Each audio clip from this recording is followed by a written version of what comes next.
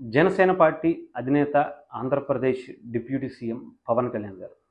ఆయన ఆలోచనలు ఎప్పుడూ కూడా చాలా, చాలా బాగా ఆలోచిస్తారేమో అని అనిపిస్తుంది. గతంలో చాలాసార్లు పవన్ కళ్యాణ్ గారు ఏది మాట్లాడినా ఇది ఆచరణకి సాధ్యమా అనుకునేటువంటి అవన్నీ కూడా కేంద్ర ప్రభుత్వం కావచ్చు, ఇతర ప్రభుత్వాలు కొన్ని కొన్ని తీసుకుని ఆచరణ చేసినటువంటి పరిస్థితి చూసాం. రేషన్ బియ్యానికి సంబంధించినటువంటిది ఒకటి చేస్తే బాగుంటుందని చాలామందికి ఉంది. అది సాధ్యం అసాధ్యం అనేది పక్కన పెడితే, అంటే రేషన్ బియ్యానికి బదులు 2500 నుంచి 3500 ఒక కుటుంబంలో వేస్తే చాలామంది రేషన్ బియ్యం తినట్లేదు కదా, దాని ద్వారానే మంచి బియ్యం కొనుక్కుని సరుకులు కొనుక్కుని ఇంటికి ఒక గ్యాస్ సిలిండర్ ఒక 6 సిలిండర్లు అనుకున్నారు, ఇప్పుడు 3 సిలిండర్లు ఇస్తుంది ఆంధ్రప్రదేశ్ ప్రభుత్వం. అలాంటి కార్యక్రమాలు ఇస్తే బాగుంటుందని గతంలోనే పవన్ కళ్యాణ్ గారు అనుకున్నారు. అలాగే ఒక జనసేన ఒక రాజకీయ పార్టీకి సంబంధించినటువంటి వ్యక్తులు ఎవరైతే చాలా కష్టపడి ఆ పార్టీ కోసం అహర్నిశలు ఆ పార్టీ విజయంలో, కష్టంలో, బాధల్లో అన్నిటిలో తోడుంటారో వాళ్ళకి ఏదన్నా చిన్న హెల్త్ ఇష్యూ వచ్చినా, లేదంటే ఏదన్నా ప్రమాదవశాత్తు జరగరాంది జరిగి ఆ ప్రాణం పోయినా ఆ కుటుంబానికి అండగా నిలబడాలి.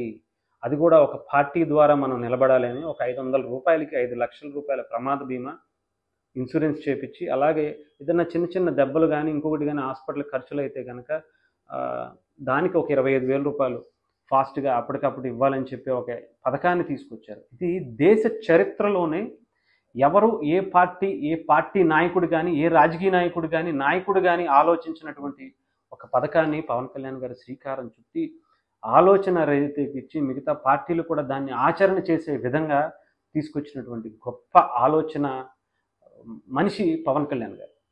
అలాంటివి చాలా ఉన్నాయి. ఆయన చెప్పాలంటే డొక్కా సీతమ్మ గారు లాంటి పేర్లు, లేదంటే రాజకీయ నాయకుల పేర్లతోనే నిండిపోతున్నటువంటి అనేక పథకాలకి ఒక మంచి వ్యక్తులు, స్వతంత్ర సమరయోధుల పేర్లు, లేదంటే మన రాష్ట్రం కోసం, మన దేశం కోసం, ఆ ఊరి కోసం కష్టపడినటువంటి ఎంతోమంది యోధుల పేర్లు పెట్టాలన్న యోచన కావచ్చు. డొక్కా సీతమ్మ గారి పేరు, ఎంతోమంది ఆకలి తీర్చినటువంటి ఆ తల్లి పేరు మధ్యాహ్న భోజనానికి పెట్టాలన్న యోచన.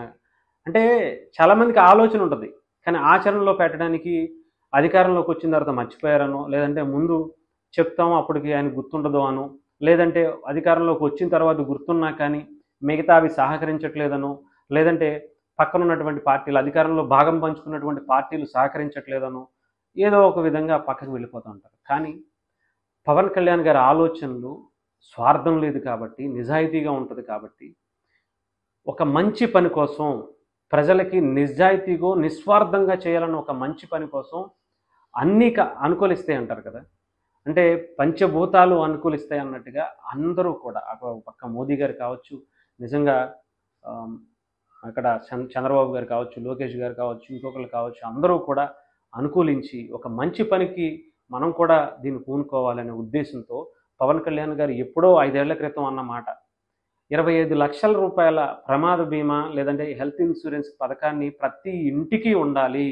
ఇది ఇతర దేశాల్లోనే ఉండేది. దానివల్ల ఇతర దేశాల్లో ఉన్నటువంటి కుటుంబాలు చాలా లబ్ధి పొందాయి. ఆ కుటుంబాలు నిలబడగలిగాయి. ఆర్థికంగా ఆ కుటుంబ పెద్దని కోల్పోయినప్పుడో, లేదంటే ఏదన్నా చిన్న చితక హాస్పిటల్కి వెళ్ళినా, చిన్నది పెద్దదైనా సరే హాస్పిటల్కి వెళ్తే వాళ్ళ ఆస్తుల మొత్తం అంతా కూడా కరిగిపోయే పరిస్థితి ఉండేది. అలాంటి పరిస్థితి రాకూడదు. అలాంటి కుటుంబాలకి ఒక 25 లక్షల రూపాయల నేను అధికారంలోకి వస్తే కనుక దీన్ని నేను తీసుకొస్తానని ఎప్పుడో చెప్పిన మాట అని చెప్పి మొన్న ఎలక్షన్స్లో నిజంగా అది పెట్టలేదనుకుంటా మేనిఫెస్టోలో కూడా. అయినా కూడా దాన్ని ఇస్తే బాగుంటుంది. ఆంధ్రప్రదేశ్లో ఇది అత్యవసరం, మన దేశంలో ఇది అత్యవసరం, ఇది మనం మొదలు పెడదాం, మిగతా పార్టీలు కూడా దీన్ని ముందుకు తీసుకొస్తాయనే ఉద్దేశంతో ఆరోగ్యశ్రీలు ఇంకొక శ్రీలు ఉన్నా కూడా, ఎన్టీఆర్ హెల్త్ కానీ ఇంకోటని ఉన్నా కూడా దీనిని తీసుకురావాలి. ఇలాంటి పథకాలు అంటే కార్పొరేట్ హాస్పిటల్లో కూడా చాలా ధైర్యంగా ఆ కార్డు పట్టుకుని వెళ్ళి ఇది మాకుంది, లేదా ఆరోగ్యశ్రీలో కూడా కొన్ని ఈ డిసీజ్కి లేదు, ఈ జబ్బుకి లేదు మీకు ఇన్సూరెన్సు, ఈ జబ్బు ఆరోగ్యశ్రీలో రాదు అనే దాన్ని దీంట్లో పొందుపరిచి దీంట్లో వాళ్ళకి వర్తింపజేస్తే వాళ్ళకు కూడా చాలా ఉపయోగం పడతారు. అలాగే ఏదన్నా ఆ కుటుంబం పెద్దను కోల్పోయినప్పుడు ఆర్థికంగా వాళ్ళ కుటుంబం నిలబడడానికి, రోడ్డు మీద పడకుండా ఆదుకోవడానికి, ఆ కుటుంబంలో ఉన్నటువంటి పిల్లలు చదువులకు ఇంకో దానికి ఉపయోగపడతాయనే ఉద్దేశంతో ఇలాంటి ఇన్సూరెన్స్ ఇతర దేశాల్లో చేశాయి. కానీ పవన్ కళ్యాణ్ గారి ఆలోచన ఈరోజు ఎంతోమందికి ఒక ఆసరాగా నిలవబోతుంది. ఆ కుటుంబ గౌరవాన్ని, ఆ కుటుంబ ఎదుగుదలను అది తోడ్పడే అవకాశాలు బలంగా కనిపిస్తుంది. సో డెఫినెట్గా పవన్ కళ్యాణ్ గారు ఇలాంటివి చాలా చేసుకుంటూ చాలా అద్భుతాలే సృష్టిస్తారని మనకి అనిపిస్తుంది.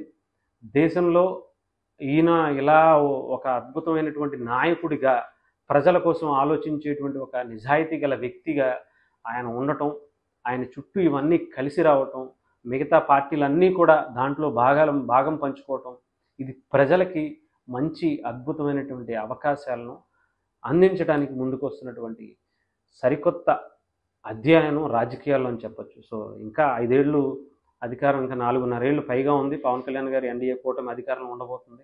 సో చాలా అద్భుతమైనటువంటి కార్యక్రమాలు మనం చూడబోతున్నామేమో అనిపిస్తుంది. సో చూద్దాం. దానికి మన ఆంధ్రప్రదేశ్ వేదికగా ఉండబోతున్నందుకు చాలా గర్వంగా ఫీల్ అవ్వాలి.